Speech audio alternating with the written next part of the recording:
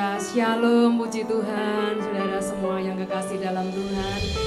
Mungkin saat ini suasana liburan ya, tetapi saya percaya kita yang datang pada saat ini pasti diberkati Tuhan. Haleluya, haleluya.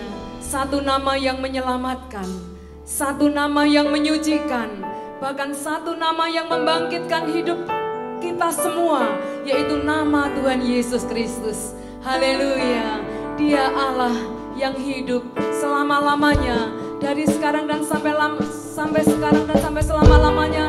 Hanya Engkau yang layak kami sembah, hanya Engkau yang layak kami tinggikan Tuhan. Haleluya. Mari bersama-sama kita katakan alam semesta. Haleluya.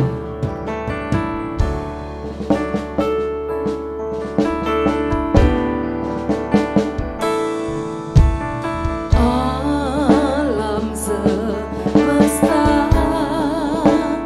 melukiskan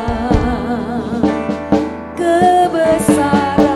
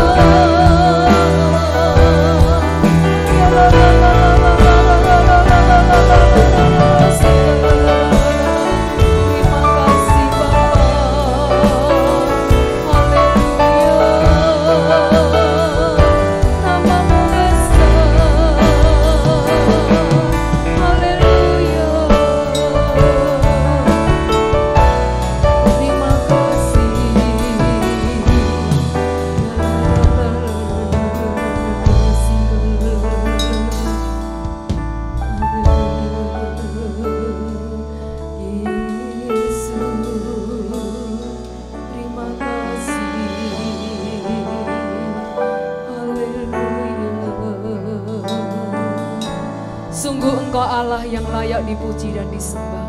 Kaulah yang bertahta dulu, sekarang, dan sampai selama-lamanya. Raja di atas segala raja, namamu besar, namamu yang termulia Tuhan. Terima kasih Tuhan, terima kasih. Terima kasih, itulah sebabnya kami mau tetap memuliakan Engkau. Kami mau mengagungkan namamu yang kudus. Kami mau meninggikan Engkau, haleluya, haleluya. Terima kasih Tuhan. Di dalam nama Tuhan Yesus Kristus kami mengucap syukur berdoa. Yang percaya katakan amin. Haleluya. Tetap berdiri saudara, tetap semangat dalam Tuhan. Haleluya. Semesta alam dan yang bernafas. Haleluya. Haleluya. Bersama-sama tepuk tangan bagi Allah kita. Haleluya. Haleluya. Semesta alam dan yang bernafas menyembah-Mu. Surga bumi sembah, kudus, kudus Kau Tuhan. Alir kuasa dari tempat tinggi, dari tahta-Mu yang kudus. Engkau besar, agung namamu besar. Raja yang sungguh besar, serukan haleluya. Engkau besar, agung namamu besar. Raja yang sungguh besar, serukan haleluya. Haleluya. Bersama-sama. Semesta alam dan yang bernafas menyembah-Mu. Surga bumi sembah, kudus, kudus Kau Tuhan. Mengalir, alir kuasa dari tempat tinggi, dari tahta-Mu yang kudus. Engkau besar, agung namamu besar. Raja yang sungguh besar, serukan haleluya. Engkau besar, agung namamu besar. Raja yang sungguh besar, serukan haleluya. Sekali lagi katakan bersama-sama. Haleluya. Katakan, semesta alam dan yang bernafas menyembah-Mu. Surga bumi sembah, kudus, kudus Kau Tuhan. Alir kuasa dari tempat tinggi, dari tahta-Mu yang kudus. Engkau besar, agung namamu besar. Raja yang sungguh besar, serukan haleluya. Engkau besar, agung namamu besar. Raja yang sungguh besar, serukan haleluya. Engkau besar, Engkau besar, agung namamu besar. Raja yang sungguh besar, serukan haleluya.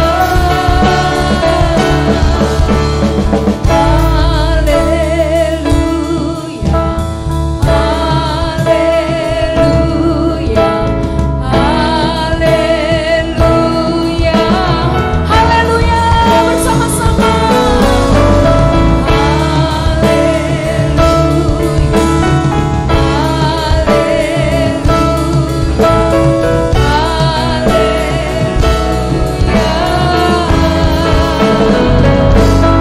Engkau besar, haleluya. Engkau besar. Berikan kemuliaan bagi Allah kita yang paling meriah, bagi Dia. Haleluya. Haleluya saudara. Kita masih kuat berdiri, amin. Haleluya. Tak terbayang kebesaran-Mu dan tak terbanding kekuatan-Mu Tuhan.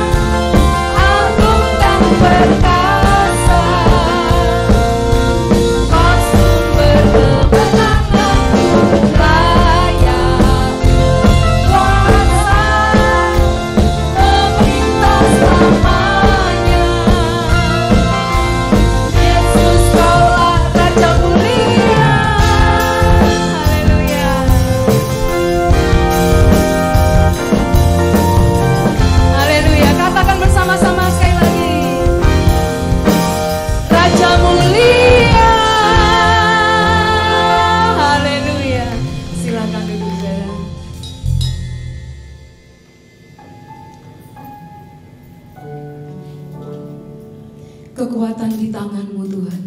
Engkau Allah El Shaddai, Allah Elohim, tiada yang seperti-Mu. Haleluya.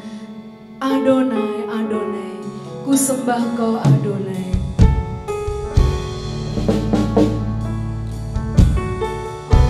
Yesus yang mengasihkan. Adonai,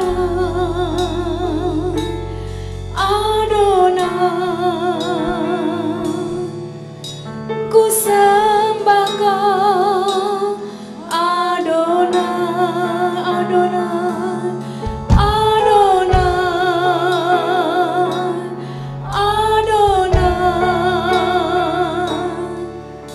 ku sembah Kau Adonai. Bersama-sama katakan, kekuatan di tangan-Mu El Shaddai, oh Elohim, tiada yang seperti-Mu Adonai. Hanya Kaulah Tuhanku, firman-Mu ya dan amin, tiada yang seperti-Mu Adonai. Mari panggil Dia.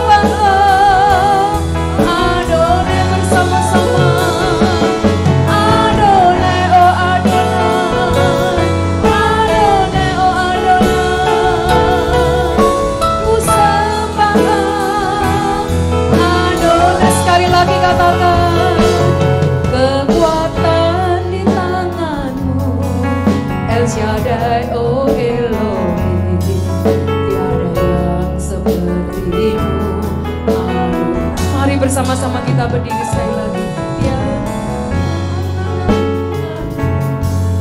Firman-Mu ya dan amin, tiada yang seperti-Mu Adonai.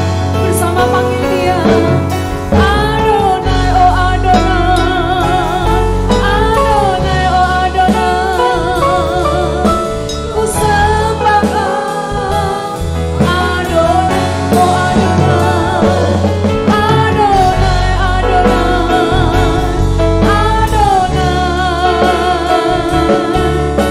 ku sembah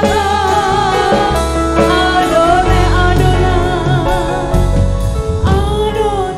Jemaat sendiri katakan, Adonai, ku sembah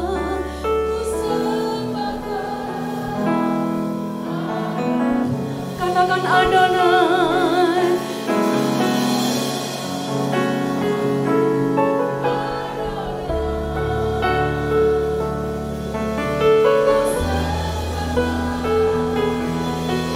Bersama-sama semua, haleluya. Adonai, Adonai, Adonai, oh Adonai, ku sembah Kau Adonai, Adonai.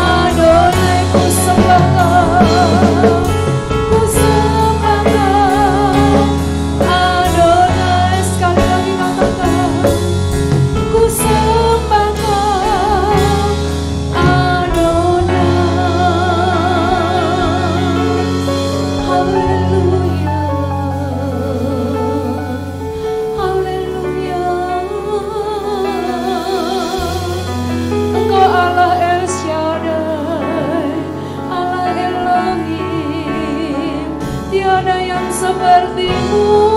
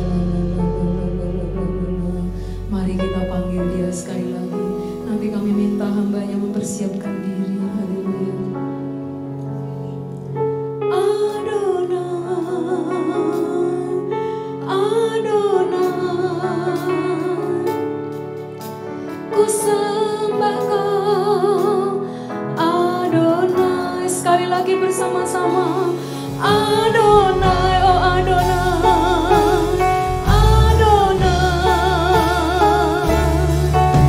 ku sembah Kau, Adonai, Adonai, Adonai,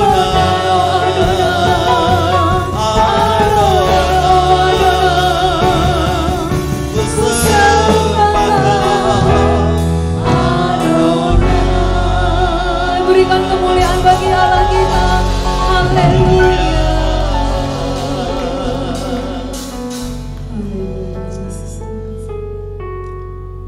Adonai, majikanku, Tuhanku, yang kami layani, yang kami sembah. Engkau layak Tuhan menerima yang terbaik. Engkau layak menerima puji-pujian. Engkau layak menerima penyembahan. Tuhan yang penuh kasih, Tuhan yang telah berkorban di atas kayu salib untuk menyelamatkan kami. Tuhan, terima kasih untuk karya terbesar, karya yang luar biasa di dalam hidup kami. Sehingga hidup kami Tuhan yang terhilang Engkau temukan, hidup kami yang rusak Engkau perbaiki, hidup kami yang telah mati Engkau hidupkan kembali. Tuhan, kuatkan yang lemah, sembuhkan yang sakit. Tuhan, bangkitkan yang letih lesu, yang telah terkulai saat ini Tuhan. Oleh kuasa firman-Mu, oleh kuasa Roh Kudus-Mu. Tuhan, terima kasih. Kami berterima kasih Tuhan. Engkau hadir di tengah-tengah kami, melawat kami. Di dalam nama Tuhan Yesus, kami serahkan pemberitaan firman-Mu. Haleluya. Amin. Puji Tuhan. Shalom. Ada sukacita? Amin. Puji Tuhan. Ya, dari atas mimbar sini wajah Bapak Ibu kelihatan ya, kelihatan seger ya, kelihatan bersemangat ya kan. Puji Tuhan ya. Hari ini hari yang luar biasa. Yang pertama, karena hari ini hari yang baru. Amin. Siapa yang di sini suka mobil baru? Bapak-bapak ini, saya mau bicara tentang bapak-bapak ini ya hari ini ya. Ya, suka mobil baru ya. Siapa yang suka perhiasan yang baru? Nah, ibu-ibu ya. Oke. Sesuatu yang baru itu pasti menyenangkan. Tapi kita lupa ya, bahwa setiap pagi kita dibangunkan itu bukan hari yang bekas. Itu bukan hari yang usang, bukan hari yang lama, tapi hari yang baru. Ada amin? Ya. Artinya itu benar-benar baru yang bisa kita isi. Nah, luar biasanya kalau kita mengisi hari-hari kita itu dengan bersama dengan Tuhan. Wah, luar biasa. Semua kita punya satu hari kuotanya sama. Ya, gak ada yang lebih, gak ada yang kurang. Satu hari berapa jam? 24 jam ya. Satu hari 24 jam. Tapi Bapak Ibu, walaupun orang itu punya kuota yang sama, satu hari 24 jam, tapi kenyataannya kualitasnya berbeda, ya kan? Ada orang itu Bapak Ibu yang dikasih Tuhan, dalam 5 tahun itu dia mencapai banyak hal, ya kan? Tapi ada orang yang 5 tahun itu tidak mencapai apa-apa, ya. Tapi di sini ya, di luar sana. Nah, Bapak Ibu yang dikasih Tuhan, firman Tuhan memperbarui kita. Roh Tuhan itu sungguh-sungguh menjadi penolong kita. penolong yang ajaib di dalam hidup kita. Itu sebabnya hidup orang Kristen itu adalah hidup dengan iman. Yang percaya katakan amin. Hidup orang Kristen itu hidup dengan iman. Saudaraku yang dikasihi Tuhan, memang benar bahwa untuk keselamatan, ya, untuk menjadi warga kerajaan surga, untuk diselamatkan oleh Tuhan, memang perlu sekali saja selamat, ya, perlu sekali saja percaya, beriman, ya. Tetapi untuk mempertahankan iman itu perlu seumur hidup kita, ya kan? Memang ketika kita mengambil keputusan percaya kepada Tuhan Yesus, saat itu pun diselamatkan. Saat itu hidup kita yang menjadi manusia lama menjadi manusia baru. Saat ketika sungguh-sungguh percaya kepada Tuhan Yesus, saat itu kita dilahirkan baru oleh Roh Kudus. Tapi saudaraku yang dikasihi Tuhan, jangan lupa bahwa sepanjang hidup kita diawali dengan percaya itu harus terus-menerus diperjuangkan. Iman itu harus terus-menerus diperjuangkan. Itu sebabnya, ya, tidak sedikit, ya, anak-anak Tuhan yang dulu, ya kan, yang dulu semangat gitu, ya, tetapi karena sesuatu dan lain hal itu kadang-kadang mengalami kemunduran. Seharusnya tidak demikian, ya kan? Yang dulu, wah, dia mungkin bahkan ada loh yang dulu itu hamba Tuhan, Bapak Ibu yang kasih Tuhan, belajar teologi, tetapi tidak menjaga imannya. Ya, wes bablas angin. Iya benar Bapak Ibu yang kasih Tuhan. Oleh sebab itu pentingnya iman di dalam setiap kehidupan. Hari ini tema kita adalah, bisa ditampilkan? Ya. Oke. Saya tergantung dari sini ya. Nah, Bapak Ibu yang kasih Tuhan, tema kita adalah yaitu iman, tentang keteguhan iman kepala keluarga. Keteguhan iman kepala keluarga. Kenapa kepala keluarga? Penting juga, ya, Bapak Ibu. Jangan-jangan di sini saya berkhotbah nggak ada yang kepala keluarga. Sini ada yang kepala keluarga, lambaikan tangan. Wah, banyak sekali ya. Bapak Ibu yang dikasih Tuhan, keteguhan iman kepala keluarga. Mengapa kepala keluarga? Karena kepala keluarga itu yang pertama, itu posisi yang penting, itu posisi yang vital, itu memang ditempatkan Allah untuk menjadi pemimpin. Kepala keluarga itu tidak diangkat melalui pemilu, tidak diangkat oleh kesepakatan keluarga. Ayo gimana? Sekarang siapa yang jadi kepala keluarga? Enggak ya? Betul itu Bapak Ibu ya? Ya. Tetapi firman Allah itu sudah menunjuk. Tuhan yang menunjuk siapa yang menjadi kepala keluarga. Apa tugas sebagai kepala keluarga? Jadi Bapak Ibu yang dikasih Tuhan, jabatan itu termasuk talenta. Kalau itu talenta, suatu saat kita juga dituntut akuntabilitas kita. Kita dituntut pertanggungjawaban kita sebagai apa. Memang kita tidak pernah meminta Tuhan, tolong saya lahirkan nanti, kalau nanti saya lahir dari keluarga yang mungkin hebat, atau keluarga yang terkenal, kalau bisa milih itu, bisa request gitu bagus ya. Saya menjadi bangsa Amerika saja atau Eropa yang maju atau keturunan dari kerajaan begitu ya. Tapi tidak ada satupun kita yang bisa memilih Bapak Ibu. Termasuk kita menjadi laki-laki atau termasuk menjadi wanita, kita juga tidak pernah memilih, betul ya? Dan itu yang terbaik, amin? Amin. Aminnya kok sedikit, amin? Amin. Bapak Ibu, di dalam firman Tuhan, kepala keluarga menduduki fungsi yang penting, punya pengaruh yang besar. Kenapa? Karena kepala keluarga itu sebagian besar pengaruhnya itu bisa mempengaruhi seluruh anggota keluarga. Bahkan di dalam Mazmur 128 Bapak Ibu, mari kita lihat Mazmur 128 ya. Mazmur 128 itu mengatakan begini. Saya baca aja cepat. Tapi ayatnya bukan ini ya. Mazmur 128 itu berkata begini Bapak Ibu yang dikasih Tuhan. Ya.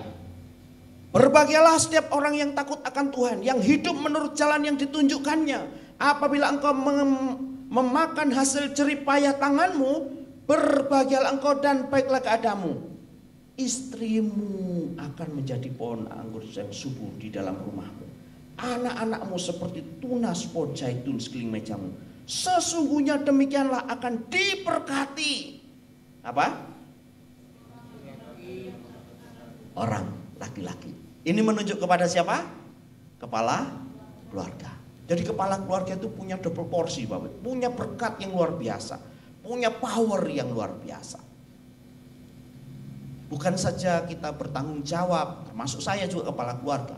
Bukan hanya bertanggung jawab masalah kehidupan, kebutuhan fisik, ya, tetapi sebenarnya ada tanggung jawab rohani. Dan kita bisa membawa pengaruh kepada keluarga kita kalau kita juga sudah dipengaruhi oleh Tuhan. Amin. Sama seperti kalau ibu-ibu masak apa itu? Masak air itu ya, satu panci besar gitu ya. Pancinya besar, ya kan? Kemudian apinya itu kayak api lilin. Tipit gitu. Kira-kira kapan matangnya ya? Halo? Kapan matangnya ya? Wah, ya lama Pak. Ya mungkin juga nggak matang-matang gitu ya. Ya kan?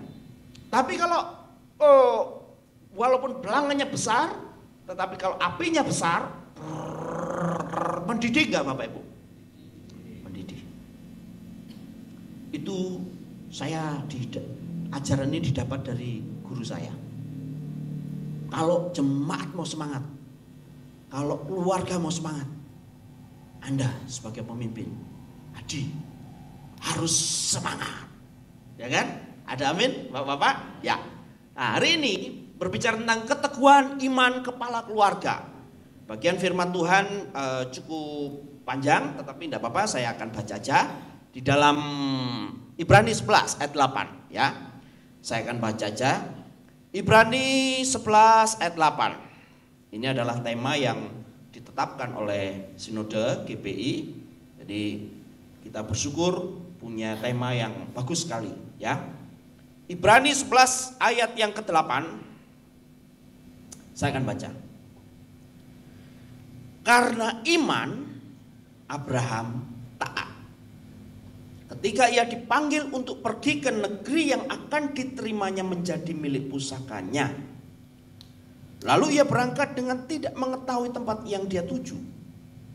Karena iman dia diam di tanah yang dijanjikan itu, seolah-olah di suatu tanah asing, dan di situ ia tinggal kemah dengan Ishak dan Yakub dan turut menjadi ahli waris janji yang satu ini.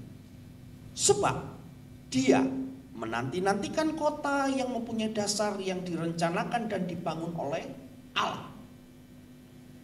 11. Karena iman dia Abraham juga dengan Sarah beroleh kekuatan untuk menurunkan anak cucu walaupun usianya sudah lewat.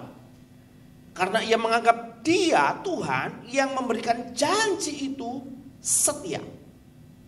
Itulah sebabnya maka dari satu orang, malahan orang yang telah mati pucuk, terpencar keturunan besar seperti bintang di langit dan seperti pasir di tepi laut yang tidak terhitung banyaknya. Dalam iman mereka semua ini telah mati sebagai orang-orang yang tidak memperoleh apa yang dijanjikan itu, tetapi yang hanya dari jauh melihatnya dan melambai-lambaikan kepadanya, dan yang mengakui bahwa mereka adalah orang asing dan pendatang di bumi ini. Karena mereka yang berkata demikian menyatakan bahwa mereka dengan rindu mencari suatu tanah air, yang kalau sekiranya dalam hal itu mereka ingat akan tanah asal yang mereka tinggalkan, maka mereka cukup mempunyai kesempatan untuk pulang ke situ. Tetapi sekarang mereka merindukan tanah air yang lebih baik, yaitu suatu tanah air apa? Surgawi. Sebab itu Allah tidak malu disebut Allah mereka. Karena ia telah mempersiapkan sebuah kota bagi mereka, tanah surgawi ya. Karena iman, Abraham tak kalah ia dicobai mempersembahkan Ishak. Ia telah menerima janji itu, rela mempersembahkan anak yang tunggal. Walaupun kepadanya yang dikatakan keturunan yang berasal dari Ishak lah yang akan disebut keturunanmu. Karena ia berpikir bahwa Allah berkuasa membangkitkan orang-orang sekalipun di antara orang mati. Dan dari sana ia seakan-akan telah menerimanya kembali. Puji Tuhan. Saya dosen, saya banyak baca buku, tapi Alkitab buku yang berbeda. Buku-buku ditulis itu berdasarkan pengalaman, berdasarkan hasil penelitian, ada juga buku-buku berdasarkan khayalan atau sejarah dan seterusnya. Tetapi Alkitab berbeda. Alkitab tidak sama dengan buku manapun. Karena Alkitab adalah wahyu. Wahyu itu artinya apa? Wahyu itu artinya Tuhan yang berfirman memberi inspirasi dengan caranya kepada para penulisnya. Apa yang ditulisnya itu tidak salah. Dan terbukti sampai hari ini. Alkitab kita ini berusia ribuan tahun. Lebih dari 6.000 tahun. Tetapi bahkan lebih 3 miliar orang hari ini yang masih hidup percaya dan menjadikan Alkitab sebagai pedoman hidup.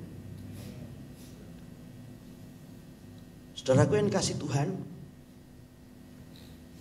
Alkitab itu memberitahukan kepada wahyu, baik yang tidak pernah terlihat maupun belum kita lihat. Dan disitulah perlunya yang namanya iman. Kalau kita mengatakan sesuatu dan itu sudah ada, itu namanya bukan iman, betul? Aku percaya bahwa aku besok punya uang. Sudah tahu kalau besok tanggal 1 mau gajian. Nah, gitu ya. Nah, iman itu kaitannya sesuatu yang tidak dia lihat. Mengapa Tuhan itu mau memakai cara iman? Karena disitulah Tuhan mau membangun suatu trust, kepercayaan dari manusia, dan itu bernilai di hadapan Tuhan. Tidak ada seorang pun yang berkenan kepada Allah kalau hidup tanpa iman. Ibrani 11 ayat 6. Jadi prinsip hidup orang Kristen adalah hidup berdasarkan iman. Dan iman itu selalu terkait dengan sesuatu yang belum terlihat. Sampai di sini Bapak Ibu bisa menerima? Bisa ya?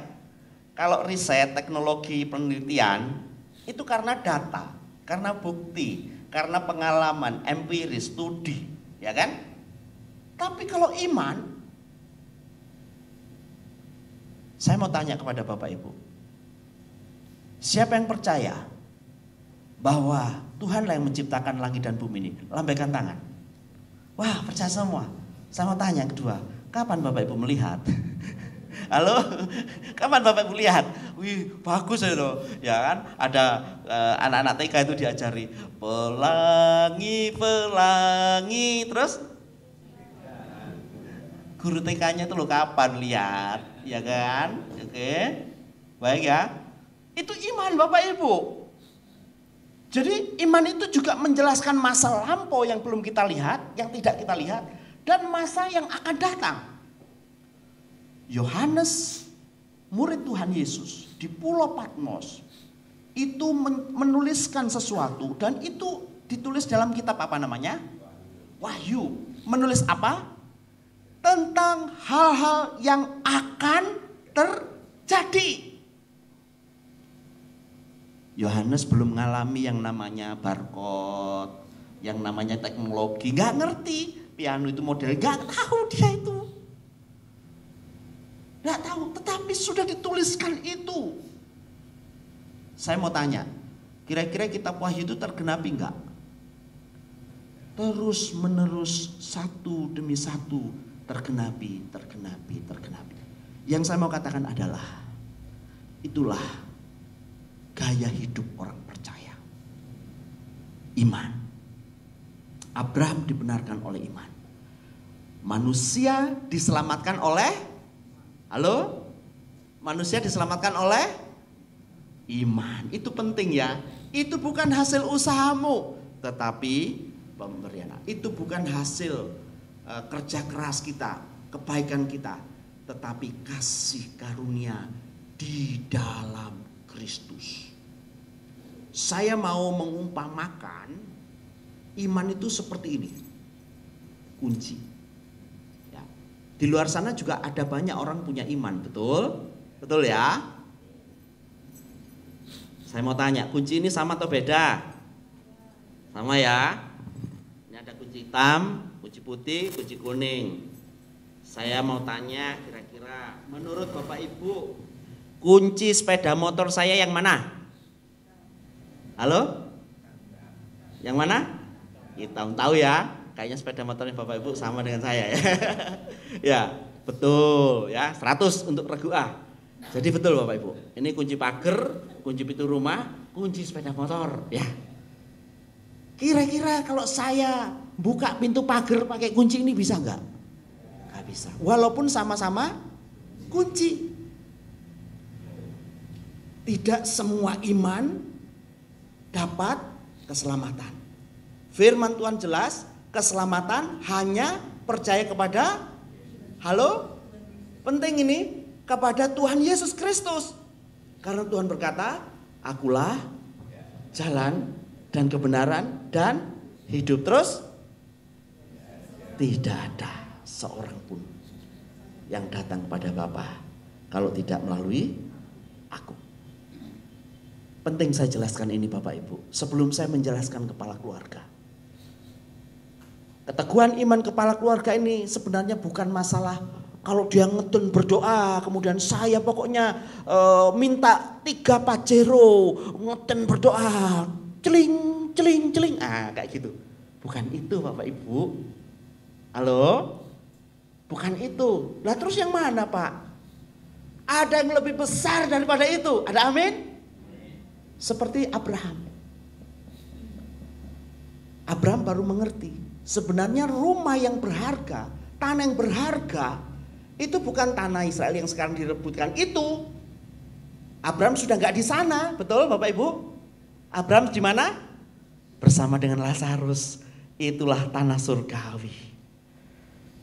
Jadi kalau kita, pandangan kita hanya sebatas sesuatu yang bersifat materi, Alkitab menjelaskan dengan jelas. Bapak Ibu orang-orang yang perlu dikasihani. Betul.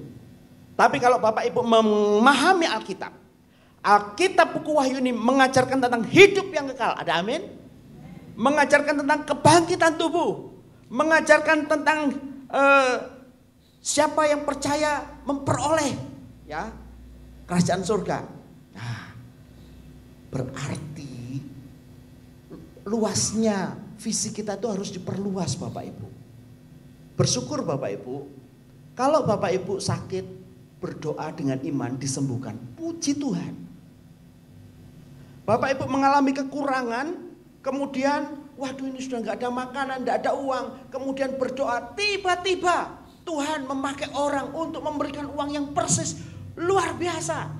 Tapi saya mau tanya, kira-kira setiap kali kekurangan itu ada mujizat seperti itu enggak? Halo? Enggak kan? Setiap kali Bapak Ibu sakit, langsung Tuhan disembuhkan dalam nama sembuh, langsung sembuh? Enggak kan? Tapi bukan berarti mujizat tidak terjadi. Kadang-kadang memang mujizat itu di tangannya Tuhan. Ketika kita percaya, ya mudah saja Tuhan memberikan. Tapi mujizat tetap ada. Tetapi ada kalanya Tuhan itu tidak mengizinkan itu supaya apa? Ada sesuatu yang lebih penting. Iman itu murni, lebih bernilai, lebih berharga dari emas. Yang percaya katakan amin. Jadi Bapak Ibu sebagai orang Kristen, jangan kita waduh dikit-dikit Tuhan tuh enggak jawab doa saya, wis sudah. Terus semangatnya kurang. Halo? Murid-murid Tuhan Yesus yang Tuhan Yesus sendiri berkata, kepadamu kuberi kunci kerajaan Allah.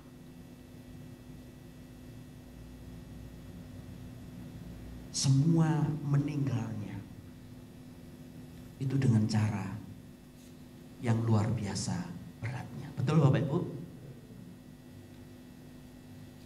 Bisa saja mereka sudah lah, cukup, aku nggak mau ikut Yesus, sudah. Tapi tidak ada satupun yang seperti itu kecuali Yudas ya sebelumnya. Sesudah dipenuhi Roh Kudus, mereka menjalani itu karena apa? Dia tahu persis bagaimana Yesus mati, bagaimana Yesus bangkit, bagaimana Yesus naik ke surga, dan tahu persis hidupnya di dalam Tuhan. Oleh sebab itu Bapak Ibu, hari ini kita mau belajar dari salah satu tokoh penting, Abraham. Abraham, bapa orang beriman, bukan karena imannya sempurna. Betul? Abraham pernah gagal enggak? Halo? Abraham pernah gagal enggak? Halo? Bapak Ibu baca Alkitab enggak? Pernah ya?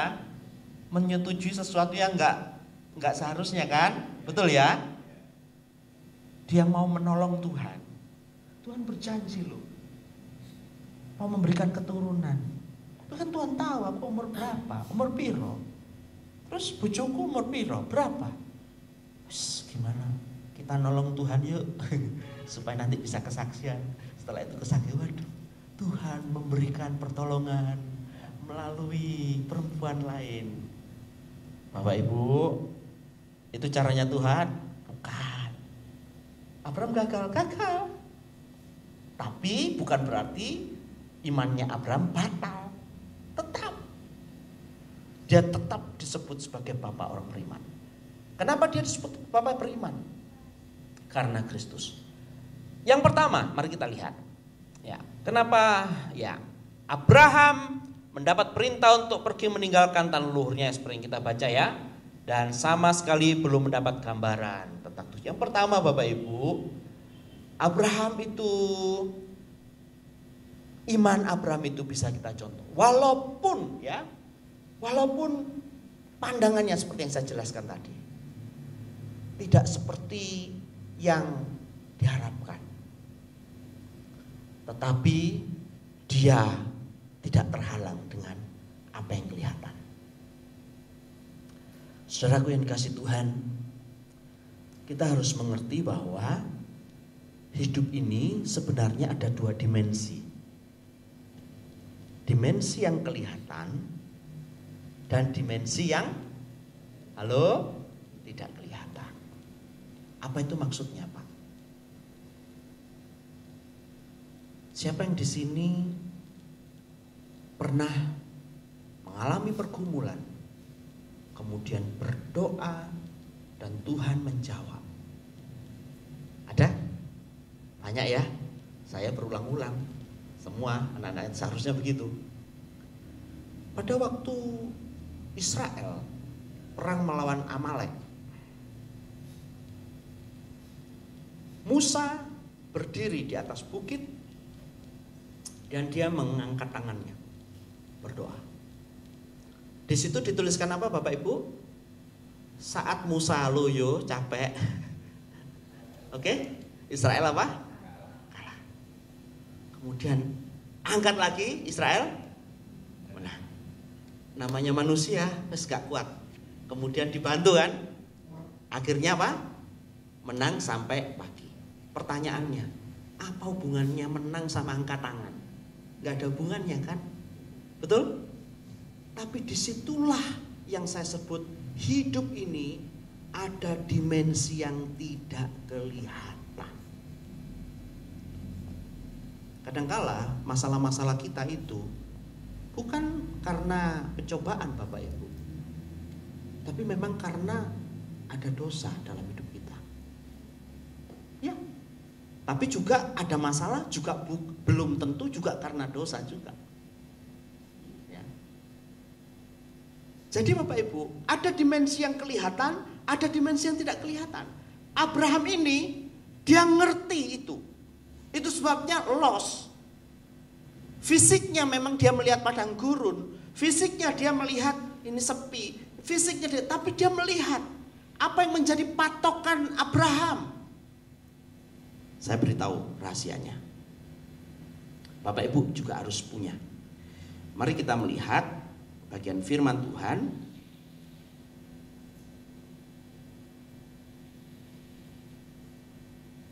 Ya, bentar Bapak Ibu. Oke, bentar.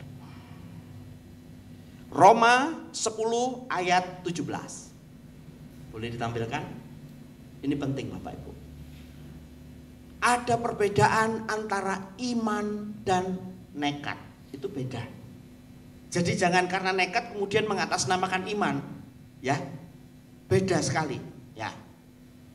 Kita baca bersama-sama. 2, 3. Jadi iman timbul dari pendengaran akan apa? Firman Kristus. Itu prinsip penting dan tidak bisa ditawar-tawar. Jangan hanya karena kepercayaan yang lain atau mungkin yang lain-lain, ya kan, kemudian kita mengatasnamakan iman. Iman itu sumbernya dari perkataan Tuhan, suara Tuhan, firman Tuhan. Pada waktu Tuhan Yesus berjalan di atas air, para murid itu kaget sekali. Itu hantu. Terus Tuhan berkata, itu aku. Kalau itu engkau Tuhan, suruhlah aku datang kepadamu, berjalan di atas air. Lalu apa kata Tuhan Yesus? Mari. Bapak Ibu, ketika Tuhan berkata, oke, mari, disitulah ada kuasa yang membuat Petrus itu tidak tenggelam. Tapi andai kata Tuhan tidak ngomong, dia ngelancangi, saya yakin 100%, 1000% pasti tenggelam. Ya kan? Karena apa? Karena tidak ada kuasa Bapak Ibu. Tidak ada kuasa. Hidup ini pentingnya kuasa dari Tuhan dalam segala aspek.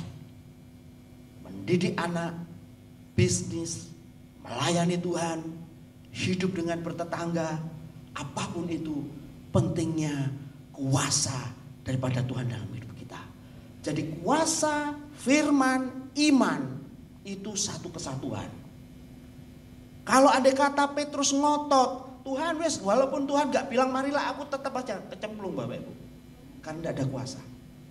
Tapi ketika Yesus berkata mari, kata-katanya mari itu yang membuat dia tidak tenggelam.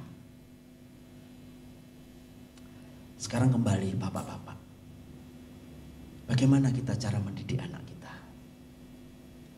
Bagaimana cara kita untuk memperlakukan pasangan kita? Bagaimana cara kita bisnis? Bagaimana cara kita mungkin bergaul dengan tetangga kanan kiri? Apakah firman Tuhan mengatakan sesuatu tentang itu? Halo? Sangat banyak ya. Hai suami, hai istri, hai hamba. Betul ya Bapak Ibu ya? Itu firman. Kalau kita berjalan dalam firman, maka sebenarnya itulah iman. Yang kedua, mari kita lihat yang kedua. Bagian yang kedua. Beriman dalam kemustahilan. Kita tidak perlu baca lagi ya, tadi udah dibaca. Yang jelas kita tahu ceritanya ya, dibaca berulang-ulang ceritanya sama ya. Mustahil. Secara kedokteran mustahil, oke? Sudah menopause Sarah, oke? Tetapi kuasa Tuhan itu benar-benar tidak ada yang mustahil bagi Tuhan. Ada amin Bapak Ibu?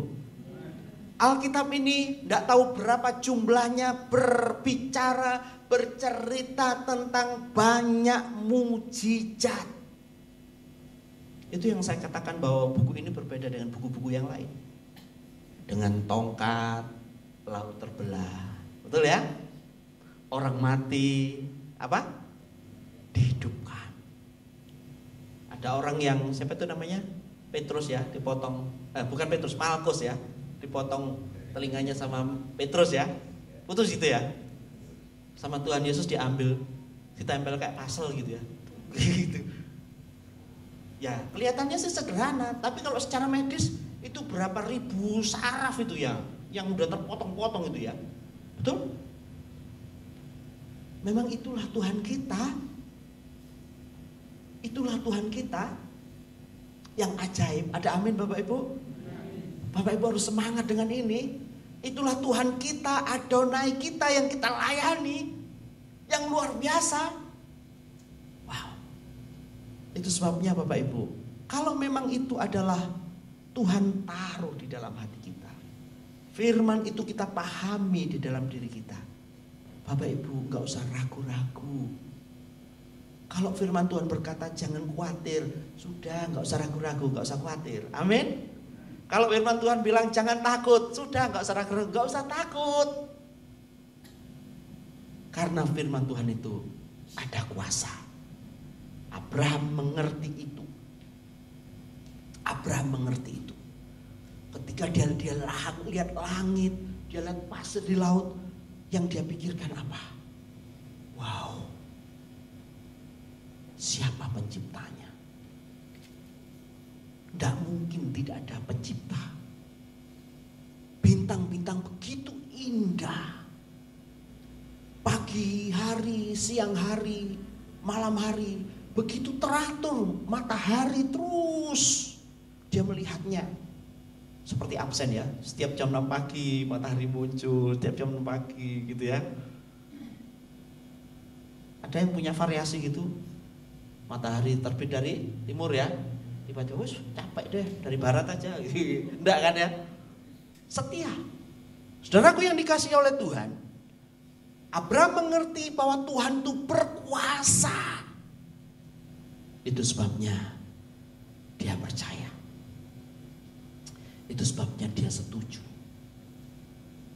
akan arahan Tuhan, pimpinan Tuhan.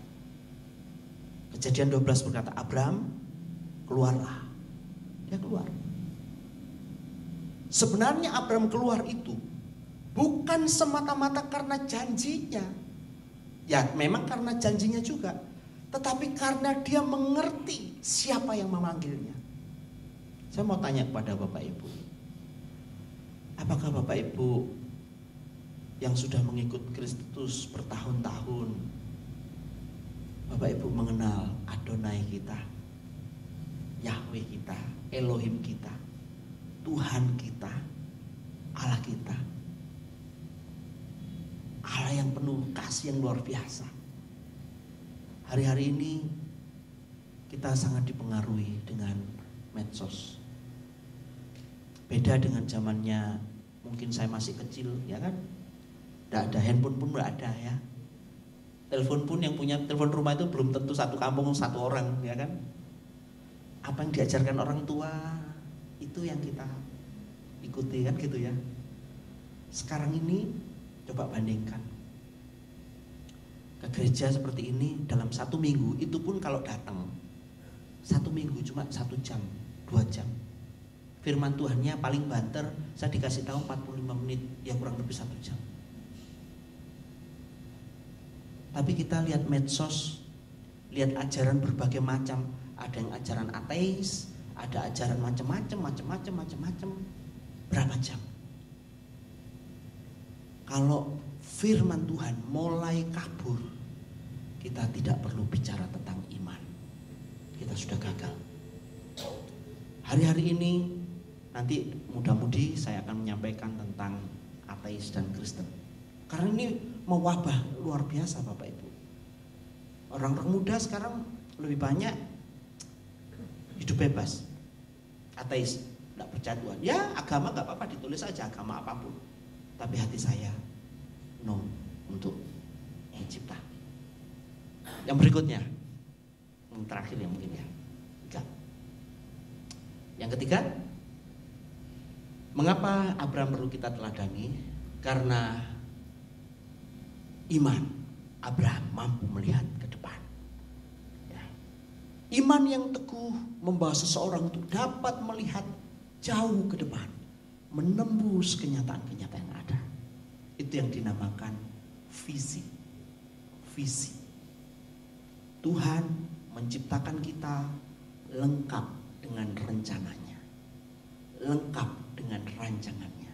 Ada amin? Tapi seringkali kita kesasar, ya ini karena kita tidak memiliki iman, kabur dengan firman. Yang keempat, yang terakhir. Nah ini penting. Yang keempat,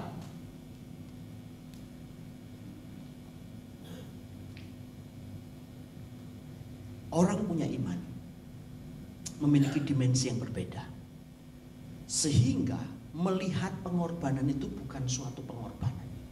Melihat pengorbanan itu bukan suatu bunuh diri, sesuatu yang merugikan, tidak. Tetapi justru pengorbanannya itu karena dia melihat sesuatu yang lebih dari itu. Seperti saya yang sudah sampaikan tadi, murid-murid Tuhan Yesus berkorban, Paulus berkorban, Daud berkorban. Ini bukan berarti gini Bapak Ibu, jangan sampai salah. Jadi orang Kristen itu pasti menderita, bukan itu. Poinnya bukan itu. Menjadi orang Kristen memang melalui proses yang diantaranya penderitaan. Tetapi akhir daripada semua itu adalah kemuliaan. Yang percaya katakan amin. Ya. Makanya firman Tuhan di dalam Yakobus, di dalam 1 Petrus berkata, berbahagialah jikalau kamu jatuh ke dalam pencobaan. Oh, jatuh dalam pencobaan kok berbahagia? Bangkrut kok bahagia? Duitnya hilang kok berbahagia? Mana ada? Tuhan Yesus berkata, berbahagialah orang miskin di hadapan Allah karena mereka yang punya kerajaan surga. Miskin kok berbahagia? Ya kan? Bukan itu poinnya. Poinnya adalah setiap anak-anak Tuhan, setiap orang percaya, setiap orang yang beriman sudah didestinasi untuk memiliki hidup yang kekal, untuk memiliki kerajaan surga, untuk Allah menjadi Allah kita sendiri. Ada amin? Ya. Tadi sempat saya ketemu Oma tadi, Oma bilang, aduh lutut saya sakit gitu. Dalam hati saya juga sering Oma. Terus saya tanya, Oma usianya berapa? 75. Wih, Ciami 75 tahun Bapak Ibu. Hari gini bisa datang ke gereja sendiri, itu anugerah yang luar biasa. Amin. Saya belum sampai segitu, mungkin separuhnya juga, ya. Tapi lutut saya itu loh sering. Itu resepnya apa, Oma? Jadi begini Bapak Ibu, kondisi kesehatan, kondisi finansial itu berbeda-beda, ya. Tetapi satu hal, kasih Tuhan, kuasa Tuhan, cinta Tuhan tetap sama. Tuhan punya rencana hidup dalam kita. Berbahagialah kita Bapak Ibu, sebagai kepala keluarga kita harus teguh iman kita. Kalau Bapak sebagai kepala keluarga tidak teguh imannya, syukur-syukur kalau istrinya setia ke gereja, syukur-syukur anaknya masih ke gereja.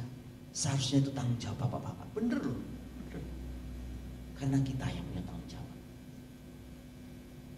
Kiranya firman Tuhan boleh memberkati kita. Saya undang untuk kita bangkit berdiri. Kita akan muji Tuhan. Ya. Ku kan berdiri di tengah badai dengan kekuatan. Tahu ya lagu ini ya? Langsung refnya aja. Haleluya. Saudaraku yang dikasih Tuhan, kita sudah mendengar firman Tuhan. Jangan biarkan firman Tuhan itu akan menjadi terlupakan. Jangan biasakan firman Tuhan itu berlalu begitu saja. Itu mutiara-mutiara hidup yang berharga. Itu permata-permata yang berharga.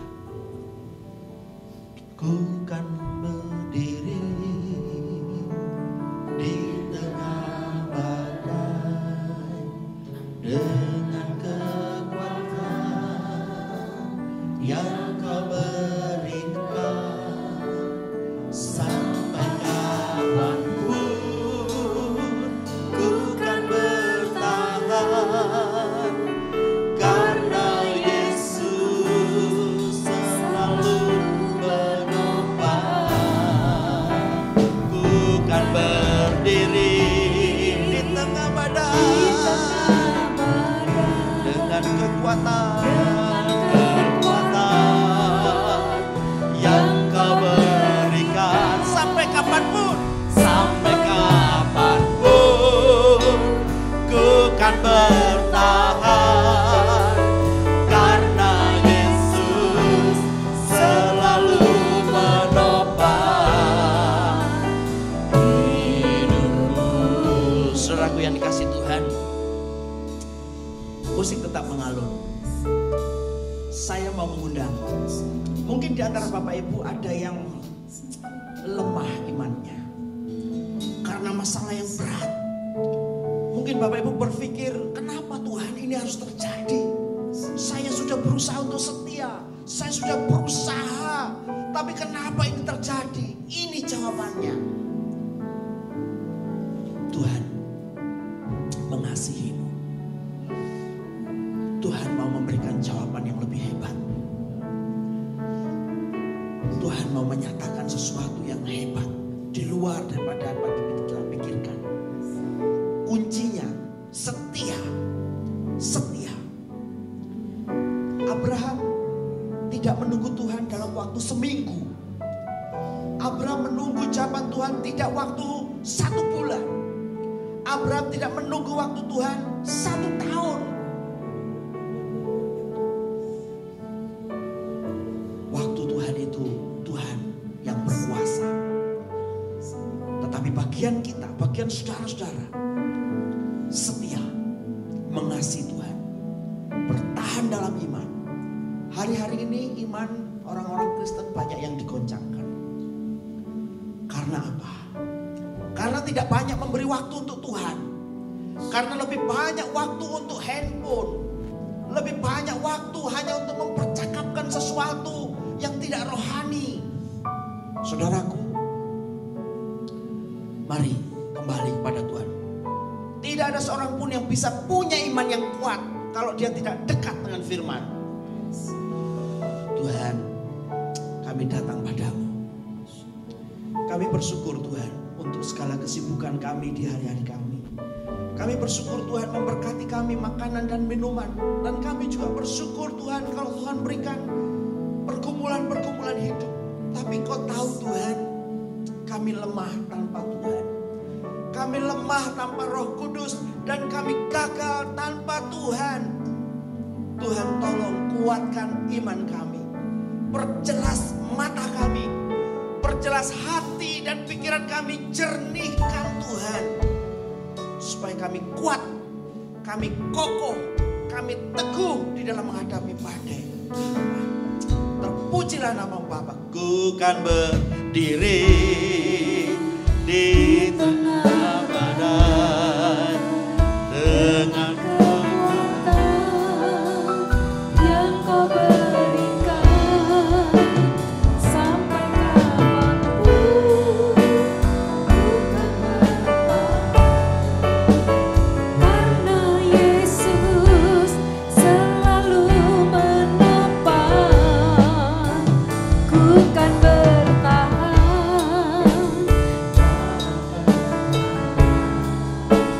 dengan kekuatan yang kau berikan. Sampai kapanpun tak tergoyahkan, karena Yesus selalu menopang hidupku. Karena Yesus selalu menopang, karena Yesus selalu menopang hidupku. Mari sembah-sembah Dia. Haleluya, haleluya, haleluya.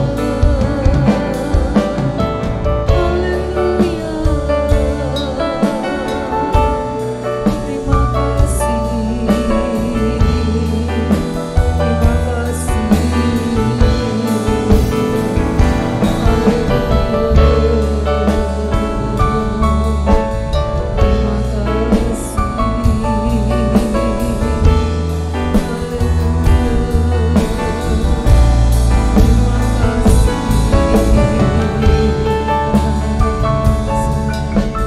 Inilah kami umat-Mu Tuhan, kami mau tetap berdiri di atas iman kami kepadamu Tuhan.